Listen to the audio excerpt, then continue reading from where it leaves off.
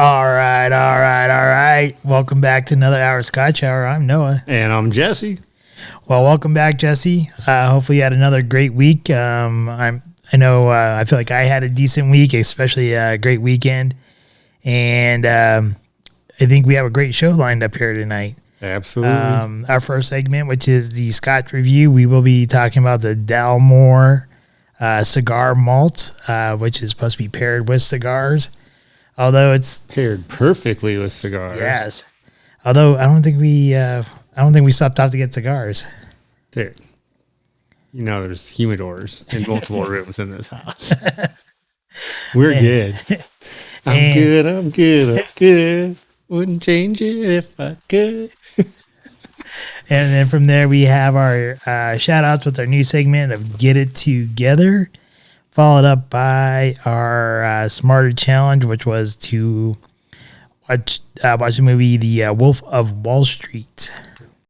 Scotch Review.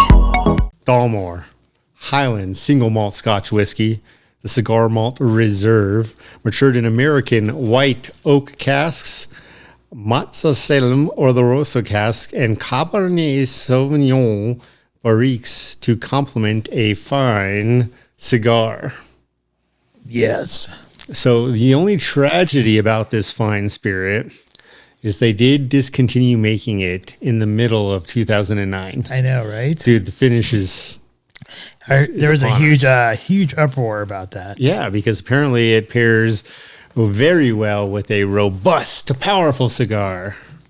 So when I read that, I wasn't quite sure. Did they say it was like totally discontinued, or did they actually kind of bring it back, but it wasn't quite the same? My understanding is that it is discontinued, but it's one of those same things where they've got their batches already maturing, so they're going to finish it off, and once it's gone, it's gone. Oh, that's tragic. I know, but that's why we always buy, more than one bottle at a time, because money's no object on Scotch Hour. Right off. Don't pay off. Just don't pay your taxes. All right, handsome. Actually, a very handsome red box here. Different little take on the top that you can actually turn over to rest of the bottle upon after you pull it out of the case. The bottle itself, those great Dalmore antlers, and undoubtedly not going to disappoint. Undoubtedly not. So some of the things I got here was that Dalmore dates back to, it's actually a part of royalty. It goes back to 1263. Yeah.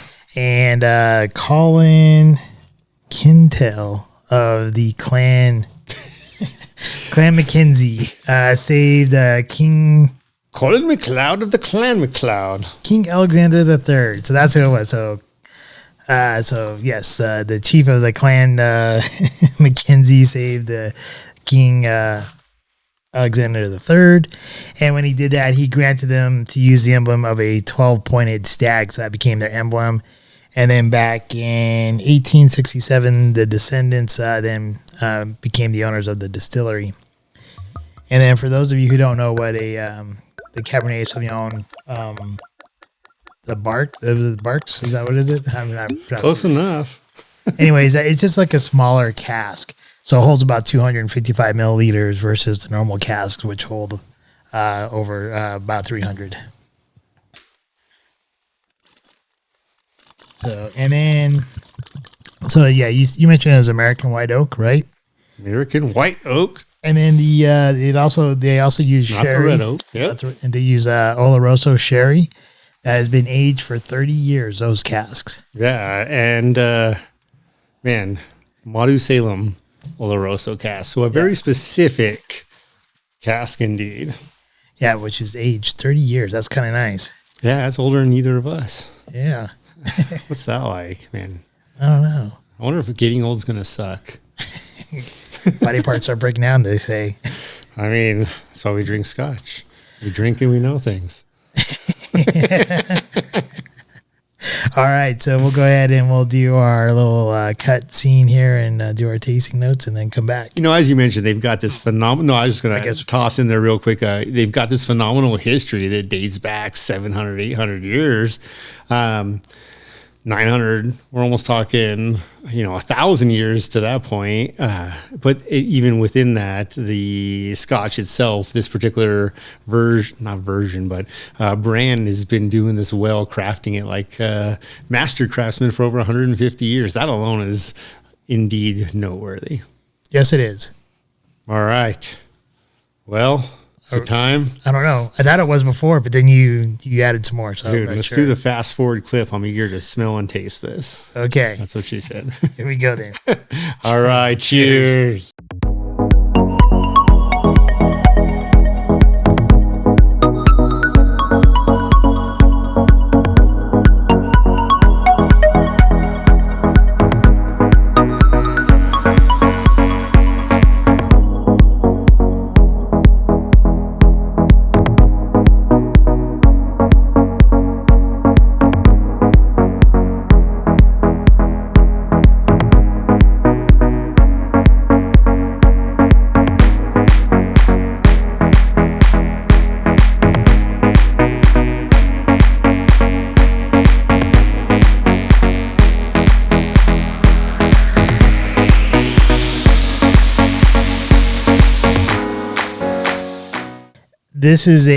I can see why there was a big uproar about it being discontinued in 2009. This Scotch would go amazing with a nice cigar. And when I first smelled it and I was looking at the bouquet, my initial thought of it was cedar from a walk-in humidor. When you get that, or even like a small humidors, or when you first pop them open, you can smell the tobacco from the cigars and that cedar or whatever that they use on them. And that was my very, very, very first impression of when I smelled this Scotch. And the other things I got here on the nose was some dark cherries, shortbread, and caramel and chocolate. And it just like hints of chocolate, hints of like it took me a while to pick up on the caramel, but I got the caramel there. And there you can smell like that sweetness, and I think that might be from that shortbread or even maybe a biscuit. I'm going biscuit. And then as far as the palate goes, I got like sweet toffee going into caramel with some orange zest, like almost a burnt orange zest. And then on my finish, I got clove, cinnamon, and a little bit of oak. And I didn't mention the color yet, but the color I had put down as being a nice dark amber to a dark brassy color. And it makes me kind of reminiscent of the Macallan number 6. And actually, I think this might be a little bit darker. It just might. Which I think is actually awesome. And it's well-rounded. It's super complex. And I can, when you're puffing a great cigar and you go to drink a Scotch, this is the Scotch to drink with it. Hands down. So far, someday that day might be today, that theory will be tested. So, with me, much like yourself, dark, amber, brass color that is fantastic looking in a glass. A little bit heavier pour than some, but I mean, when you know what you want, you know what you want. With that, man, for me on the nose, immediately I'm getting that caramel. And then there's that biscuit. And I'm not, I think the biggest difference to me between a shortbread and a biscuit is, to me, a true biscuit has almost no sweetness, but it has that welcoming texture, scent that anything like a strawberry shortcake is going to go perfectly upon. And, oh, man. Oh, yeah. Just the nose is caramel, biscuits, and a hint of coffee to me. When you get to the palate, this is an amazing palate, and it goes straight to burnt caramel from that caramel scent on the nose. It goes straight to burnt caramel. And then I'm going to say flamed orange peel. And I think this is what you're associating with the orange zest or the orange is when you take a piece of that peel and you flame it and you get that aroma, and then it transcends into the flavor. If you can capture that in that drink, that is absolutely what they've done very well here. The last thing with the flavor,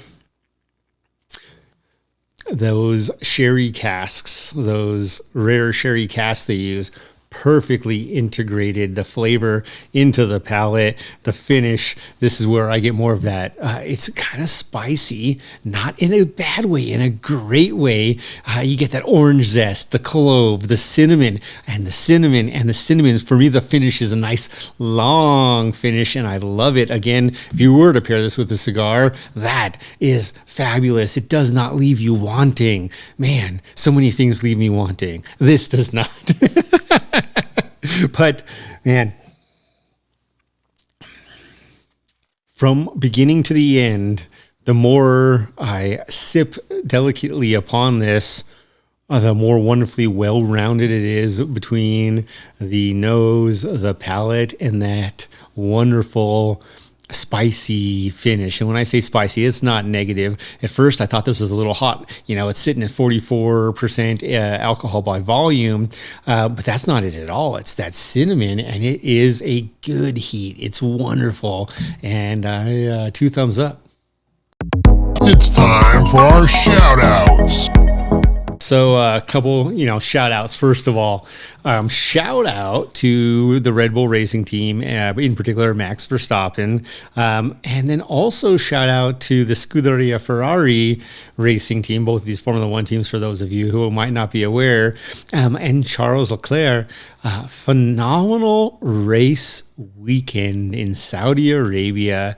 I'm glad the show went on. There was a little worry about some activities outside, not so close to the track, but where a terrorist attack took place and was burning a fuel depot, much like the one that was going on in Ukraine, interestingly enough. The photos almost looks identical. And with that, it's just interesting because, man, I'm so glad this race happened. And these two continue to bring this sport to life, Verstappen in particular.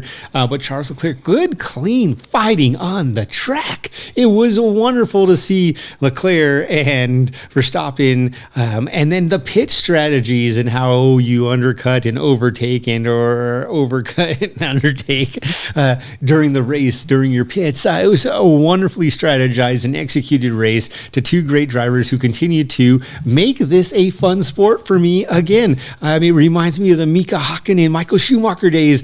I love it. So thank you guys. Great shout out from me to you for keeping this sport in the arena it should be in, the top auto racing arena on the planet. And I think that's great. You want to do your shouts and then we'll do some of our get it togethers? Do you have any more shout outs? It's kind of like a shout out, get it together. And this one, man. Okay, well then I guess I'll do my yeah. All right. If we're gonna just do pure shout outs, then I'm gonna my shout out is kind of like a combo. It's for the Tailgate restaurant that we visited there in Parker and you.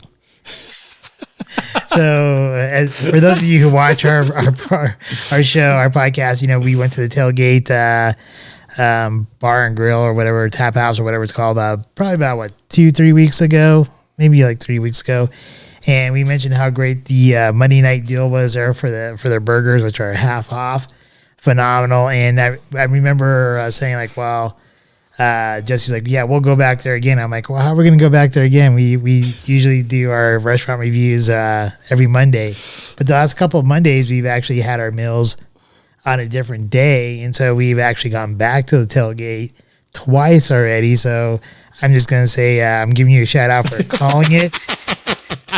And give a shout out to the Tailgate for for having such a great deal on these burgers. And they're not like small burgers either. They're like No. decently sized burgers, and you get a good side with it. And you're paying half off, so you're paying like $6-7 for like a good burger, and you're not going to get that from anywhere else. You go to like a McDonald's or a Wendy's or something like that, you're paying like $9 anyways. Yeah, I 100% agree. Shout out to the Tailgate and their burger half price Monday days. The flip side would be Get It Together, Red Robin, the $16 burgers. I took my kids to go get it after our hike yesterday.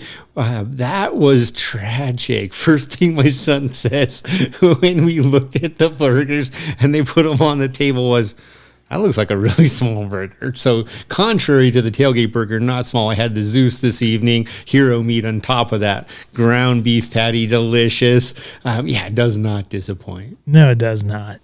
And I had the Mexicali, and I don't know, was it 2 weeks ago or whatever when we went back again the other time?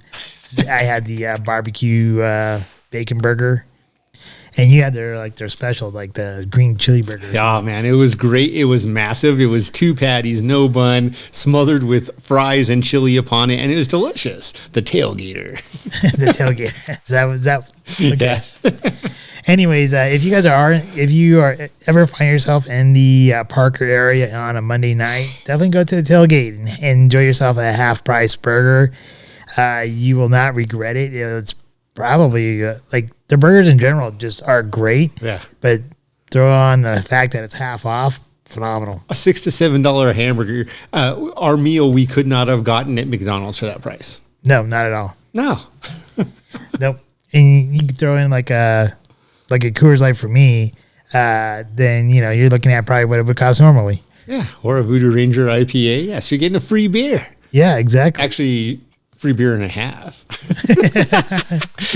So yeah, that's a great shout out. I like that.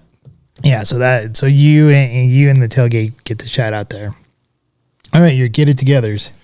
All right. So Oh wait, I think I got one more. Sorry. Oh yeah, do it, man. Do it. All right, so my other shout out goes to the meme creators, because I think what your kind of like shout out / Get It Together is going to kind of coincide with my meme creators.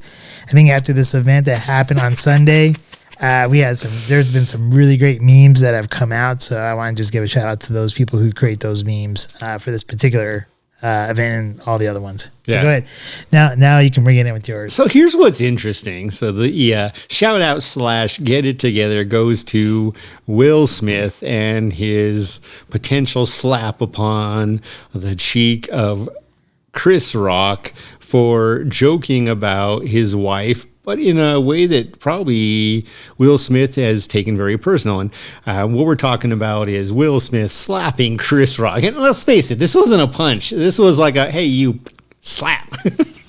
And slaps him, at least that's what it appears as, and then says some words and goes and sits down. And when Chris Rock finally gets it, it took him a minute to get it back together. I don't think this was a Tyson knockout where the guy was stumbling around the ring, but maybe it was. It might as well have been. He slapped the funny out of Chris Rock. How do you do that? Chris Rock wasn't funny for a minute. He was like, it was a joke, man. So the Get It Together is man. Okay, so here's my struggle.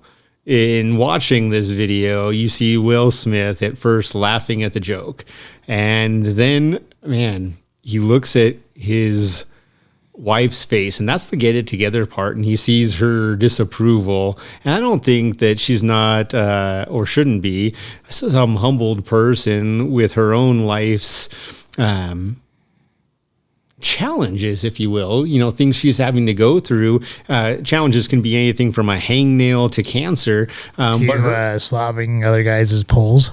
You never know. But with that, she's had her own life challenges. And man, when Will Smith saw her face, this is where it's really a struggle, because I don't want my kids to look upon this and be like, whoa, man, you shouldn't go around defending your wife or your family with violence. And yet at the same time, it's like, well,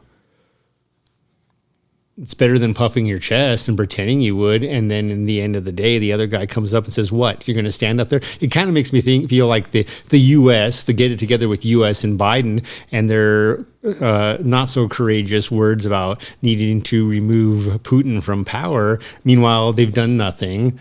And is that the example I want my kids to live by? Absolutely not. That is just words. Again, I'm not condoning violence, but at the same time, I don't know that he's so wrong to stand by his wife, whether or not she's always stood by him, right?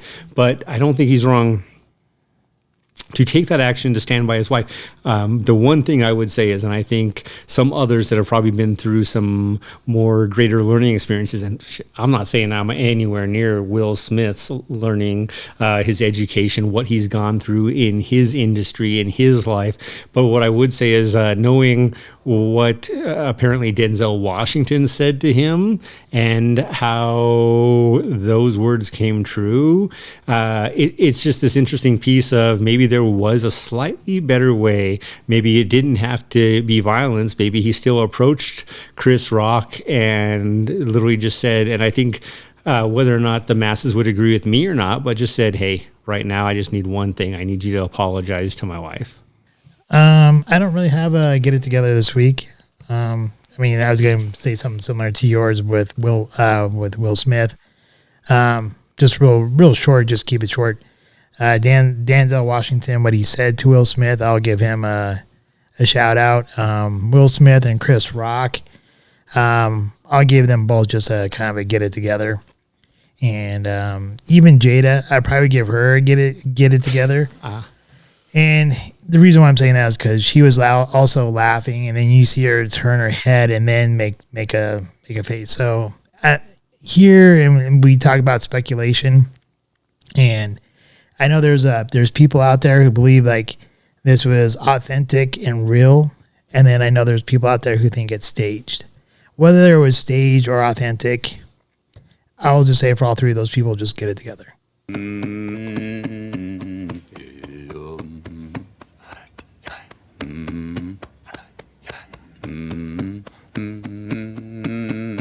Restaurant Review. All right, restaurant review this week was Two Penguins. Two Penguins. Tap House. All right. Do you want to go first? I can go first. So for me, my dinner, I did my usual. First off, they have a pretty nice little establishment. It's been there for 7 years. It used to be an event center for much longer than that. But for the last 7 years, they've run this bar or brewery, this tap house and pub with some decent food. I thought the food was actually really good, really filling, especially for the price. The beers, if you're going for something simple, I don't know that this is the place for you, but they do have a nice selection, a fairly large selection of microbrews. I had a couple good ones. And we started off with their version of chili cheese fries, which I thought were great. Ooh, those were yummy. Dude, they were also stuffing. Yes, they were. You know what? I felt full probably up until yesterday. I don't know. Those fries are good. They were great. We also tested their pub chips and barbecue sauce, which were good. Now, here's the struggle is Noah and I have hemmed and hawed. We were going back and forth. These chips, they're okay. They're okay. And at the end of the night, man, the chip bowl was like empty. There were a couple of crumbs and there's like, well, they were good enough to eat, even though we were stuffed. So the chips were pretty good. And then I had the beer battered fish and chips, and the cod was fried, cooked perfectly. The French fries were good. This was one of the very few times I leave a restaurant and my plate still had a fair amount of food on it, and not because it wasn't delicious. There were a ton of fries left on there. Their serving sizes were large, and it was very filling. Yes, I would agree with that. The fries with the pork that we got on there, they were excellent. I think it was a green chili fries with pork added on. Yeah. Very, very good. Very delicious. That could just been a meal in itself. That's where I should have stopped, honestly. And then the pub chips, yes, at the end of the day, the basket was empty. The chips themselves probably could have used a little bit more salt. But then when you dipped it into the barbecue sauce, then the saltiness of the chip didn't really matter. But to me, like the sweetness of the barbecue was a little bit overpowering, so I couldn't like dip every chip I ate into there. So I had to like alternate a little bit. It was decent. I'm not sure I would ever order it again though. But the fries, the fries I would do again. My meal, I didn't actually get a meal. I just got some sliders because I was so full anyways. And that's partially why I also, I struggled with the beer ordering too, because typically when I go out, I don't know anymore. I used to work in a liquor store, as you know. I was a manager of a liquor store. And I used to drink a ton of microbrews and imports and stuff like that. And I got to a point to where, to me, a lot of the microbrews are all the same. They just over hop it, and it's not that great to me anymore. And so a lot of times when I go out, I just like want something simple like a Michelob Ultra or a Heineken or a Coors Light. And they didn't have any of that for me. So, because a lot of times I find microbrews are sit a little bit heavier in my belly, and I was already full. Yeah. And I really didn't want more stuff sitting in my belly. But in any case, like the 3 little sliders, they were really good. So if you are going to like get an appetizer and split, I'd highly suggest getting the green chili fries with the pork, and then maybe doing something small like the sliders that go on the side. Yeah, and the prices were fairly reasonable. So for the green chili fries, $9-10. For the chips, $4, and for my fish and chips, $16. The beers were all reasonably priced as well. Again, a nice selection if you like microbrews, which I do still enjoy them. And man, they do, like, the price was literally contrast to the Dalmore. And I don't know that we mentioned, the $175 to $200 price range for the Dalmore Cigar Malt Reserve. But yeah, you could go to this restaurant with a friend 4 or 5 times for that price, leave stuffed with several beverages. Well, we may not have thought about that one too well as far as matching it up with the Dalmore. But it was an excellent restaurant. Yeah, you could take you could take a date there, a first date even. It seems like it's like kind of like almost like right in the middle of a business park area anyway. So yeah, you can meet clients there, you can meet your coworkers there, friends there, and I think during the summertime though, I think that's when it would be a total plus because they have a huge patio there. Yes, and yeah, I agree with Noah. Take a first date, go for a fun date, go with a friend. Man, it was delicious. It really was. No regrets. Not even one letter. Not even one. I would give it a solid 8. Even the waiter that we had, he was a good waiter. He wasn't my favorite, and I think it's just because he was kind of goofy, but he was different. But I think he fit the atmosphere perfectly, and he did his job well. He did his job great. So I agree with you, 8, like right there. And part of my 8 is stemmed off of value. Like I could have just had that appetizer and gone home full. Yes. All right. Anything else you want to say about Two Penguins? No, it's just a lot of fun, and I do highly recommend it. I've driven past it for 7 years off and on. It's right off of Arapahoe Road, although the access isn't necessarily the easiest. The pace was booming the night we went, and yeah, I definitely recommend it. I agree. Looking at the sign, that's not a place I normally would go to. Nah, not at all. But I would highly suggest going there. And if you do go there, let them know that you heard about them on from Scotch Hour. Chili cheese fries or chili cheese tots. When we talk about some of this, we're going to have to do a show just on that and do a compare and contrast and try to figure out how we can fit in all of our favorites. Because now, for different reasons, we have found greats at the Twin Peaks. They had an amazing version. Now we have two Penguins, the West Main Tap House, and then are you talking about the 20 mile with their tachos? Yeah. Are you going to throw tachos in with these? Yeah, that's the thing, is then you got to go to the sports book, and there's so many different options. It's just been great to see some of the different variations and how well, even though they're different, they still pair perfectly with a beer. Hey fellas, look what I found in my pocket. Look, a year's salary right here. What I call them? Fun coupons. See that? A fun coupon. All right, so this week's Smarter Challenge was to watch The Wolf of Wall Street. And that's basically the life story of Jordan Belfort. Yes. And depending on who you listen to, it's either an embellishment and kind of a glossed over nice version of his life, or it's pretty much factual. So I guess it's up to you to decide when you watch it and any other kind of research you do about it. But where do you want to go with this? Part of it is just to really look at it and try to decide, why was this the one guy, the one main guy? Lots of them have done it. Who gets called out, takes a beating, really doesn't take that much of a beating, spends a couple years in a country club of a prison. Yeah, right. Yeah, doesn't take that much of a beating. Does a couple years in a country club of a prison.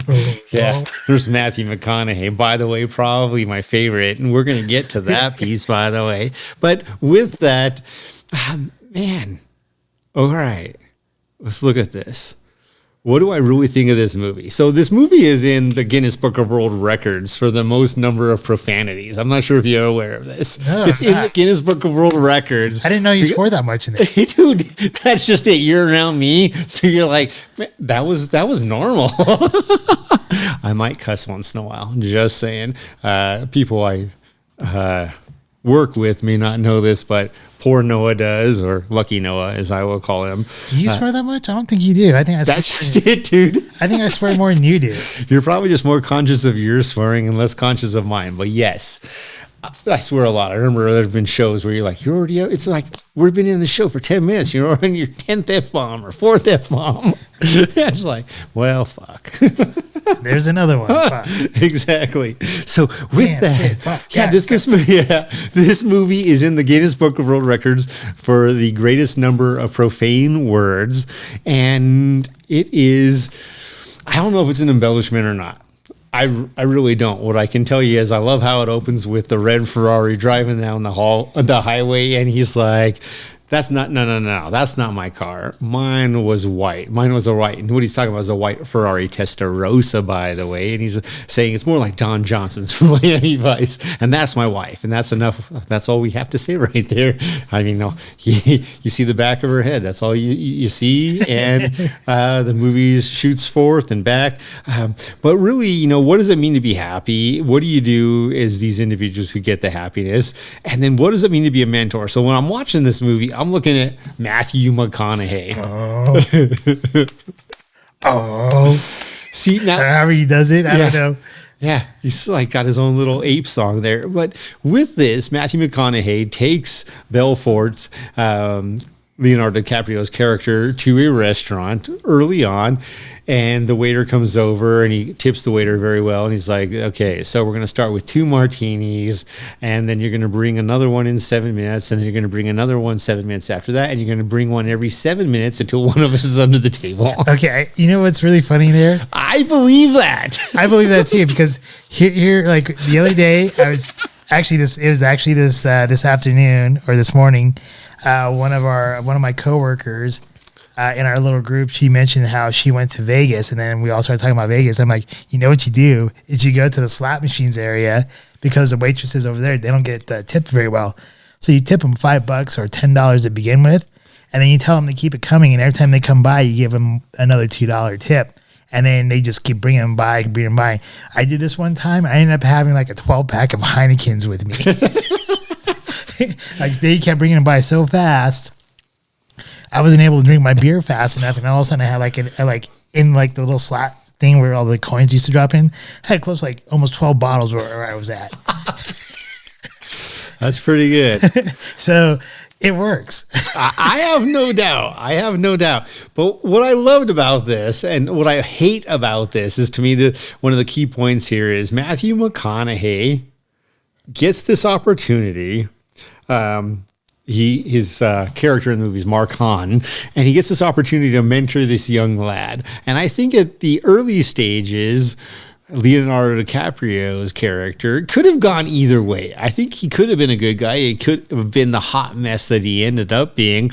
Now, we're going to get back to that hot mess that he could have ended up being, or that he did end up being. But he ends up this hot mess, doing drugs, cheating on his wife, doing all these terrible things.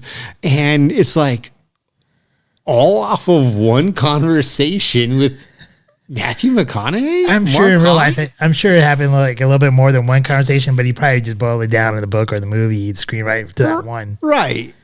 But I think it only took one, because otherwise, as a good guy, you're like, yeah, I'm not going to lunch with this fruit. He offered me Coke and drinks every 7 minutes. Well, you have to look at it too. Like he was like Matthew McConaughey was like the top guy in the office, right? And good looking guy. Belfort was like this brand new and personable type of person, and the top guy's like, here, let me take you underneath my wing, right? And like he makes like on his very first day there, he makes Matthew McConaughey makes a sale. He's like, come over here, and you keep this puppy hot, right? Throw it into the tube, and then he kind of encourages him into the cell and brings him into the cell, so that way he gets like a taste for it. And at that point, if you're a young impressionable person getting started, and the top guy in the office saying basically, I'm taking you underneath my wing, you're gonna listen to the guy say, even if he tells you like, you know what, you need to blow Coke, right? You need to do blow, and then how many do you masturbate? Well, yeah. How many times? A week? A week?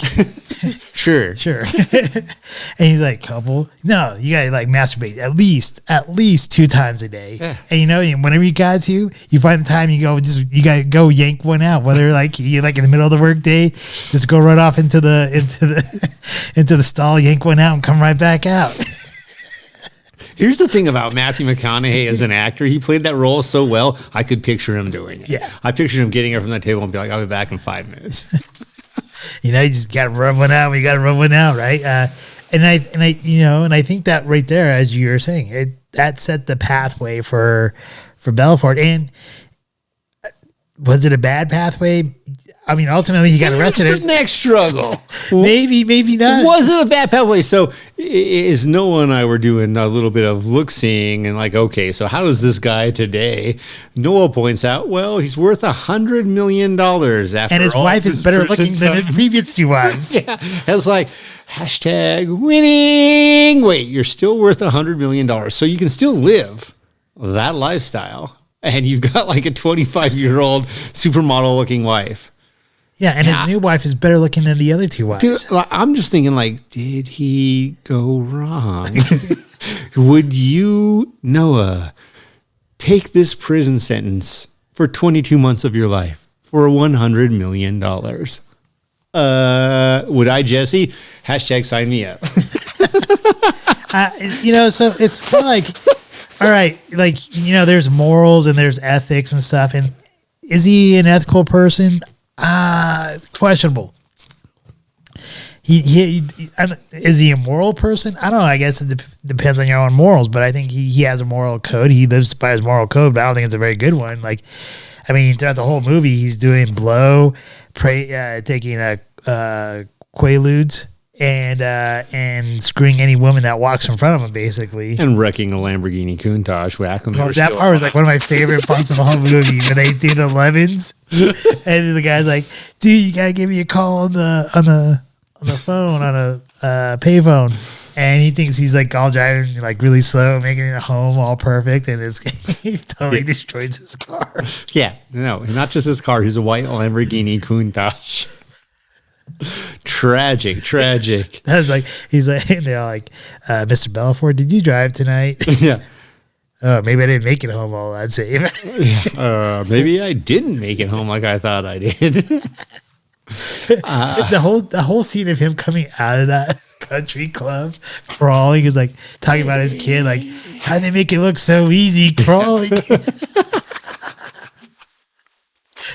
And then him trying to kick open the door. See, and that's the thing is like, I don't really condone this kind of behavior, but at the end of the day, okay. Hey, he's living life though. Dude, not only did he live life, as far as I know, he didn't kill anyone. Now, here's another thing. You mentioned morals and or code.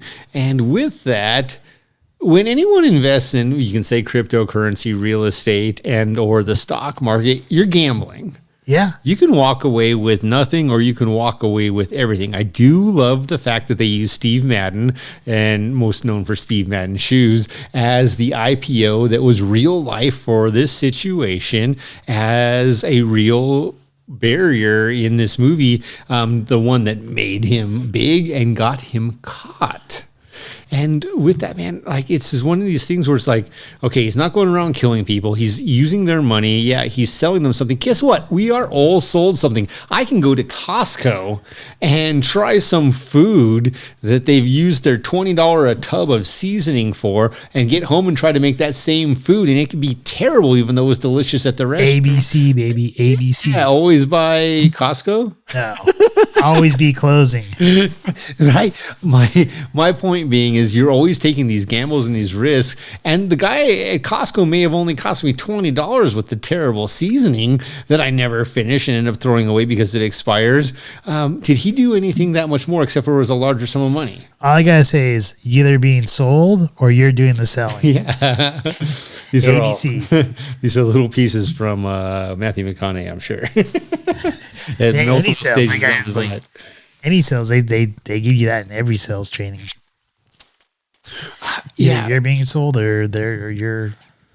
So really with this, part of it was to watch the movie because I had never seen it. It's been out for quite some time. Came out December 25th, 2013. Christmas. What a great day for such a movie to come out. By the way, that's the American release, the U.S. market. The movie made $392 million in theaters. So Scorsese scored big. Another thing this movie is known for is its original release into the mass media market was all digital. It was the first all digital release of any motion picture in America. Oh, didn't know that. I will say this though. I would probably, if I had the opportunity, I would definitely go work for that company because that debauchery Fridays would be freaking awesome. Debauchery? You talking about throwing midgets onto the target? Throwing midgets onto the target, having people get their hair like shaved off or like boob jobs. I mean, dude, so here's another thing. Like, we all want to pretend that kind of stuff doesn't happen. It totally happens on the internet.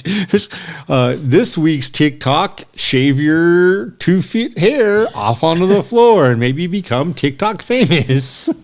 Dude, I mean, honestly, like if in my younger years coming out of college, if I would have found an office like that, I could have totally would have been all in. So which one of the characters in The Office are you? And which one of the characters in The Office do you want to be? I don't know.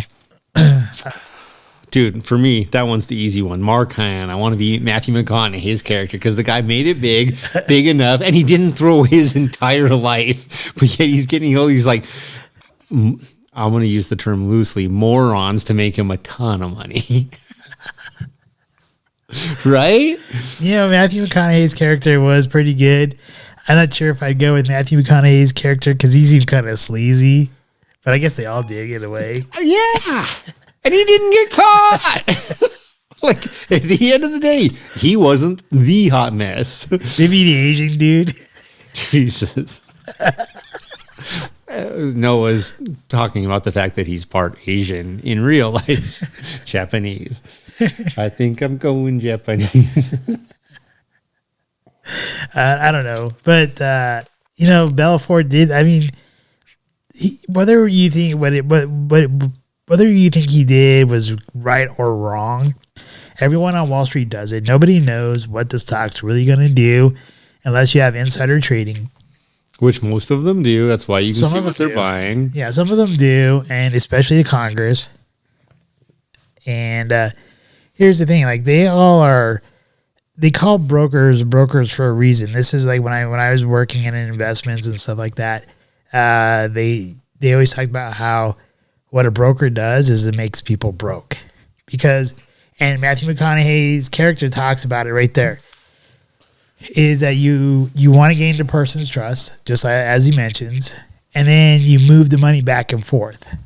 And every time you move the money back and forth, the brokers make a commission fee. Small piece, and then piece. Yeah, and then you keep doing that, and that's how people become broke, and that's why they're called brokers. And that's something that I was taught at a very early part of my career when I was working in the financial services industry.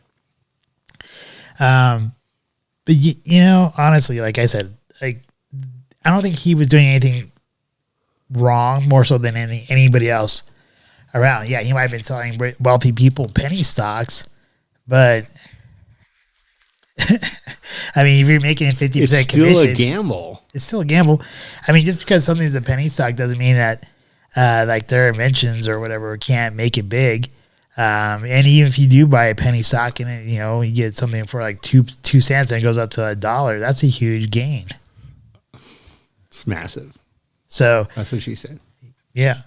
So in any case, like I don't think what he did was. I mean, be educated. Be educated is the big thing. Anything. Yeah, I say like if you're gonna make any investments, you want to kind of like do your due diligence. But even if you do your due diligence, it's not like you're gonna be able to predict what the market's gonna do. Plus, you know, one of the things this movie didn't really talk about was capital gains and capital gains taxes and tax laws, of course, that have changed. How would it talk about those things? Nowadays, people don't use brokers. They're breaking themselves. It's interesting. We talk about this movie coming out on Christmas 2013, so 9 years ago. Now we have people more than ever trading, not using a broker, using their own intuitions in crypto, in the stock market, in real estate, if they can afford it. That's the tricky one right now, getting into real estate, only because you'll make the money if you have enough money. Same with any of these, really, when you think about if you have to buy a whole share, can you buy partial coin? Can you do these different pieces? And I don't know that everyone's still educating themselves. I think that now they're breaking themselves. They become their own brokers, if you will, in not taking into consideration these trades they're making back and forth and the possible capital gains taxes therein. There is one part that was what he did was totally illegal. You mean the cocaine in driving, the Quaaludes in driving? There's only one part. Well, I wasn't really flying a helicopter without a helicopter license. I wasn't really talking about all those. I'm talking about with the investing. Is where he basically set up those shell accounts where he had owned shares of Steve Madden, and that was the one part that you're not supposed to do. Own 80% of a company that you're going to go and help IPO. That you're not supposed to be doing. Hey, again. But if you get caught, then it's bad. But if you don't get caught, you're walking away with millions. Yeah. And how many CEOs have sold off huge portions of their stocks this past year? Why? Because they know things. Yeah, they know that there's going to be a big, huge crash coming. Lots of possibilities with that. So with that though, like, do you fault the guy for taking the risk? No. Yeah, that's a tough one. I don't fault him because it was in real life. He didn't. Yeah, I mean, he had to go to jail. Yeah, now he has a criminal record. 22 months. Still has a criminal record. Not 22 years or 30 years or 40 years with golden handcuffs. He's worth $100 million. Here's a couple of things you have to look at. One, yes, he has a criminal record. Two, he had to sell out his friends. And that part, I think, would have been really tough for me. Well, and that is why people like you and me don't have $100 million, because we are not that person. We don't have that code. We are more moral, if you will, than he was. He sold out everything and everyone. And like, what is his new wife thinking? Like, my shelf life. She doesn't care. Oh man, I'm sure she gets very little of anything when this is said and done. Oh yeah, she might have had to sign on a prenup or whatever. Might. But I'm just saying, like, ultimately, like, he had yet everything has a cost, right? There's a price to everything, and his cost for, even though he's worth $100 million now, has a supermodel wife and everything. He had to like sell out his friends, and who knows, maybe they weren't very close friends. I think it really comes down to risk taking when I think about that. And I think ultimately what he did was take a risk. Now, you could say the same, and it's the same is true of Formula One drivers. Most Formula One drivers are worth $100 million or more. Yeah, and their risk is Life. actually dying. Yeah. His was life in prison. Theirs is the end of a life. So, yeah. Or worse, life in prison, crippled. And if he wanted to, I'm sure he could have walked away. Like, if you go by the movie. That's the tricky, I don't disagree, but he obviously had an addictive personality and had some major issues. But I'm telling you what, man, if I'm I just know, if I'm having that kind of fun where we're I had an office and we're doing crazy shit every Friday, and there's you're just having a blast living life. Dude, right? you're throwing little people at a target, and the first one to get the bulls gets $10,000. Yeah. Yeah, I mean, I'm just saying, you're just doing all kinds of crazy shit, and you money doesn't matter to you because you just have so much money coming in. You know what? It would be easy to be yeah, I'm not going fucking nowhere. So, I'm here to the end. At what point then is enough enough? Because that's, I think, where most people who take these foolish risks risk it all. And when I say foolish risks, I guarantee you, it's not about money at that point. At that point, it's about power and fun. It's absolutely power and fun and living life. There's two different pieces: power or passion. His was not passion. His was power. I think his was power, but I think some other people would be passion. I think passion would be most Formula One drivers.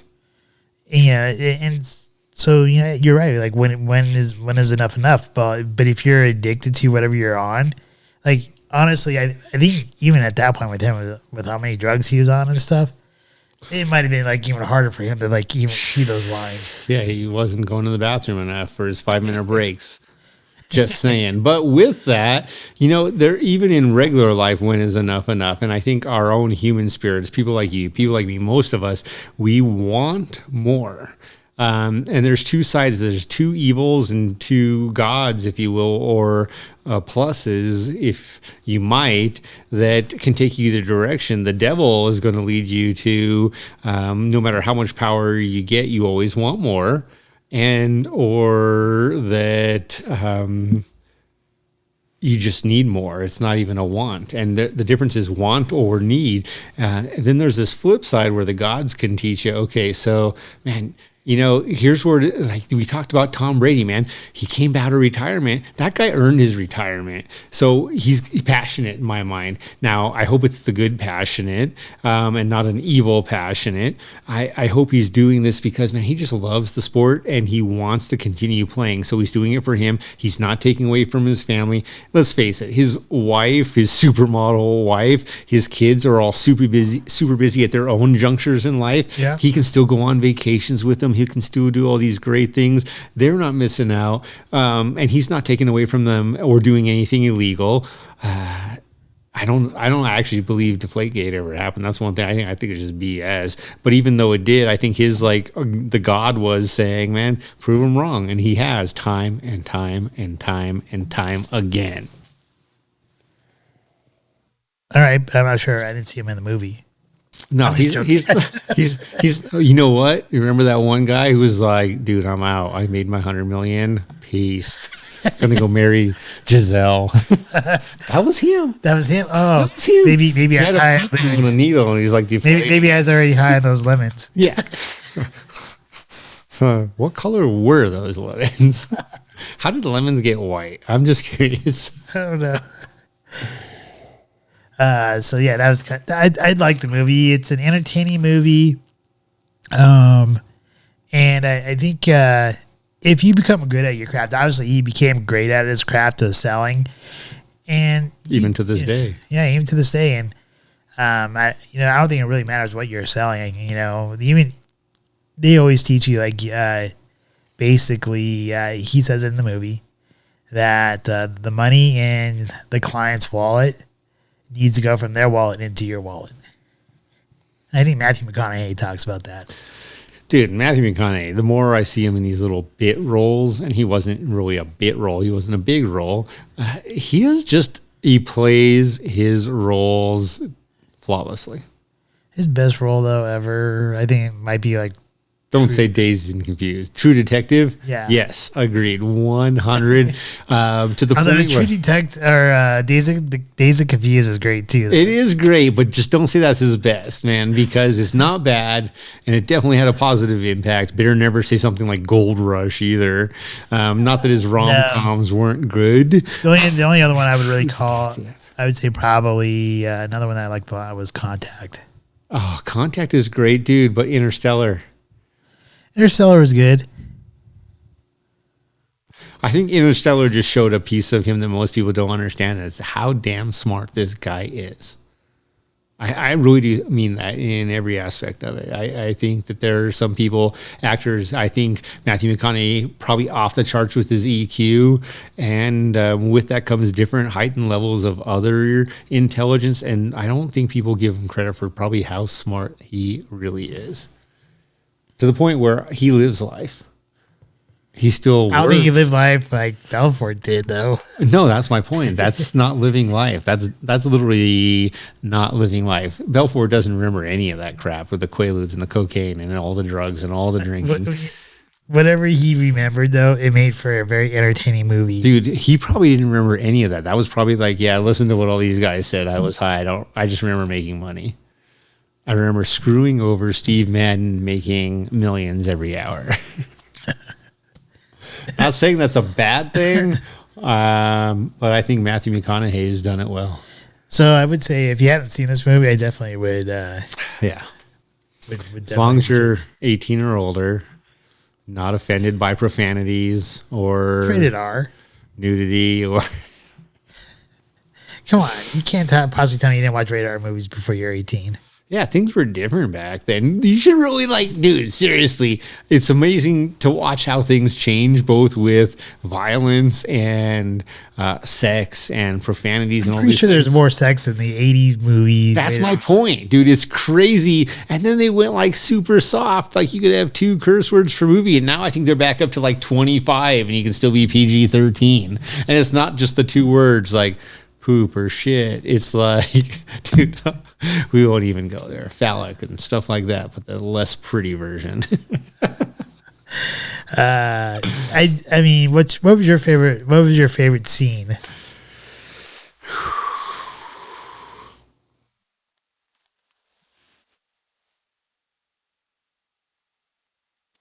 I think what really sticks with me is,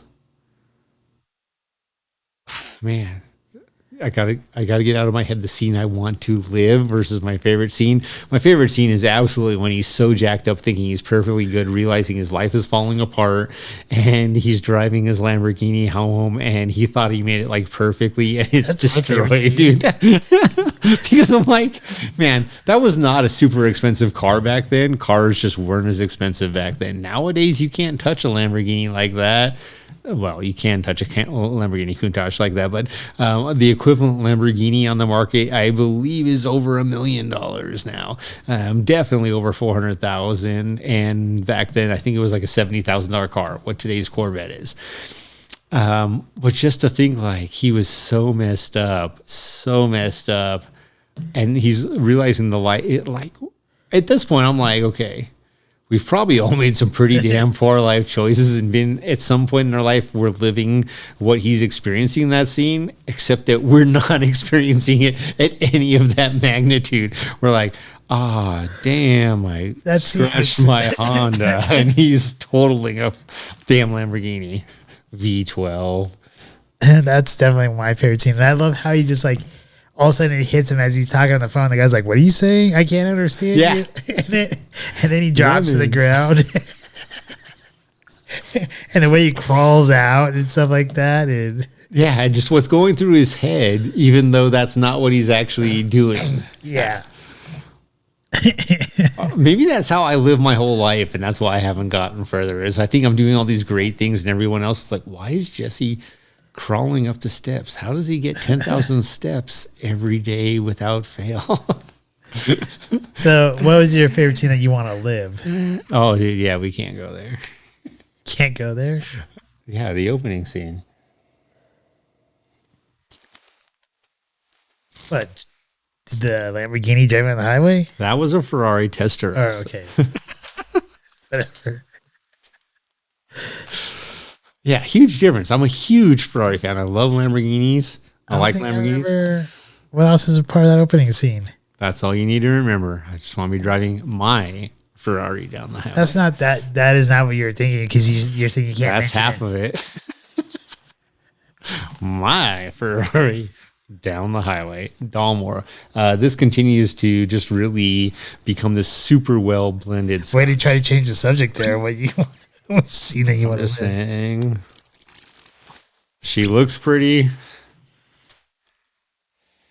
She tastes great. I think for me, it'd probably be one to be a part of one of those debauchery Fridays. See, I don't know that I don't want to be that guy. I don't want to be that messed up where people's lives, like, yeah, these girls are getting their head shaved for 10 grand. Hey, she wanted a boob job. Whatever it may be. I just don't know that I want to be part of that. He helped her get the boob job that she always wanted. Right. And her hair can grow back and she can wear a wig. There's lots of things. Or she could have bought like those little cup extenders that are $20. To me, it just seemed like it was a big party. It was a riot and, you're having a good time at work. And you don't have to worry about the whole corporate politics and all that other kind of crap that goes along with it. Well, that's because he was the corporate politic.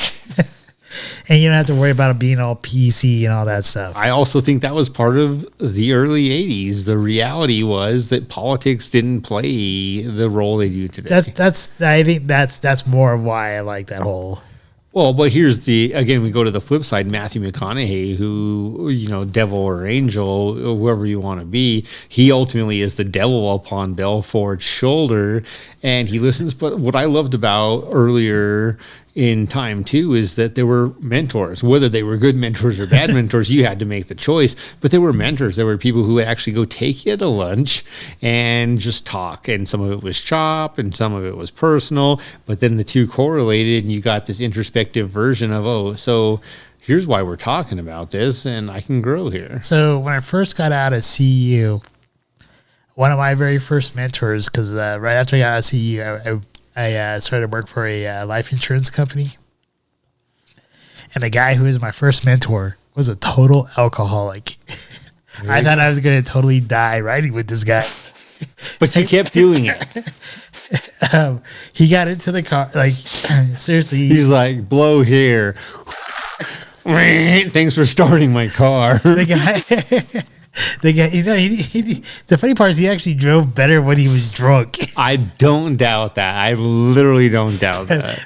High-functioning alcoholics function better when they're drunk. Because went to the office. They had the Monday morning meeting, and then I had to go with him and go on my ride along so I can go be trained.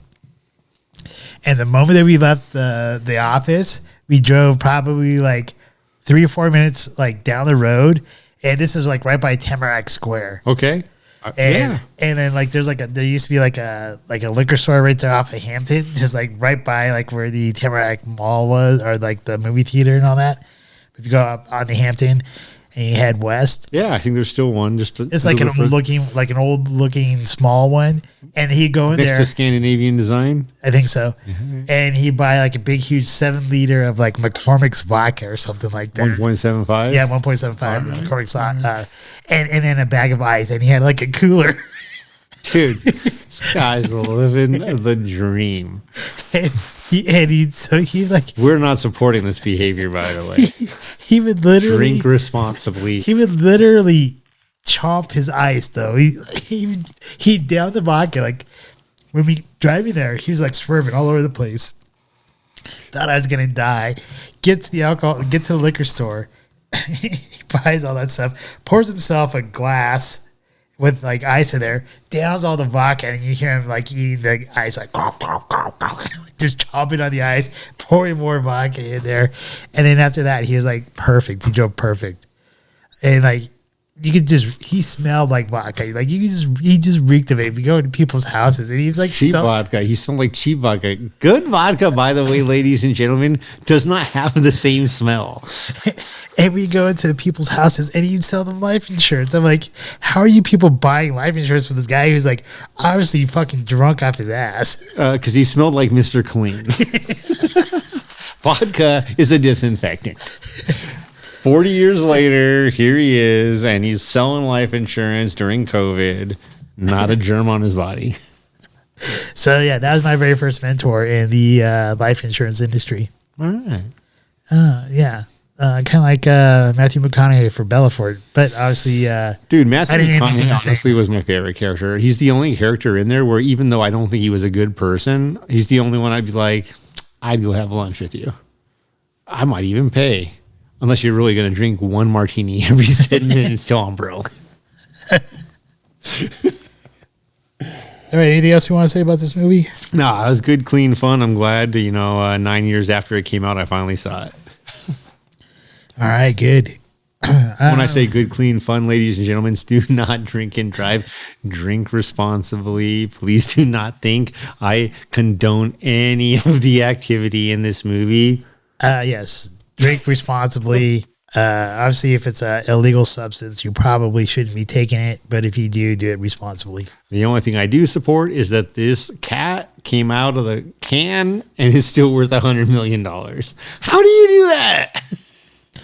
He's like, well, that's all the money I made while I was legal. What? You don't make $100 million legally doing anything. So next week's Smarter Challenge is I screwed up. I didn't check to see when Morbius was coming out. So, but we are going to have a guest host on here, which is Casey, and it's going our Smarter Challenge is going to be Ted Kaczynski, which is the Unabomber. Was he a patriot or was he a traitor? Or just a moron? There's always that possibility. There is. Okay. Or a good guy or a bad guy, depending on how you want to look at it. So, and we'll be looking at his manifesto, and then if you want, there's the TV series, I think ID channel or the History Channel. I think it's like 6 or 7 episodes of how they caught him. That's on Netflix. All right. But yeah, we'll just kind of look at as those are the resources or any other resources you want to utilize. All right, and the Scotch of the week. Scotch of the week, it's a Lowlands. Going back to the Lowlands. I got friends in low places where the whiskey runs and the beer. The Lowlands definitely be spending some money on their glass here with the Blend. Yeah, they did. They definitely spent some money on their glass there. Looking forward to trying that one out. In the meantime, I'll be enjoying the less easily acquired Dalmore Cigar Malt Reserve. All right. Anything you want to say to the peeps before we wrap up? No, thanks for watching. Please give us feedback, like, share, subscribe. Tell us what you want. As Jesse knocks over the lights and takes out my camera. 1 foot, 2 foot, 3 foot, 4. And there it goes. Floor. Get it? Floor. All right. You're still almost centered. All right. Anything else you want to say as you continue to knock stuff over? No, that's it. All right. Thanks, everyone, for watching us. We appreciate you. If you are watching us, you're probably checking us out on YouTube or Rumble. If you're listening to us, we're on Podbean, Spotify. And if you would like to become a Patron member, you can do so by going into the descriptions down below. It's the very first link there for the Podbean Patron. And thank you, and hopefully you guys all have a great night. And do you want to do the da-da-da-da-da? Yeah. Na-na-na-na-na-na-na-na-na. Scotchman. Life is great. It is great. Cheers. Cheers. We hope you enjoyed this evening's episode of Scotch Hour. If you did, please like, share, and subscribe. Also, if you have not done so already, please become a Patron member, with memberships starting as low as $1 a month. Thank you, and hopefully you have a wonderful evening.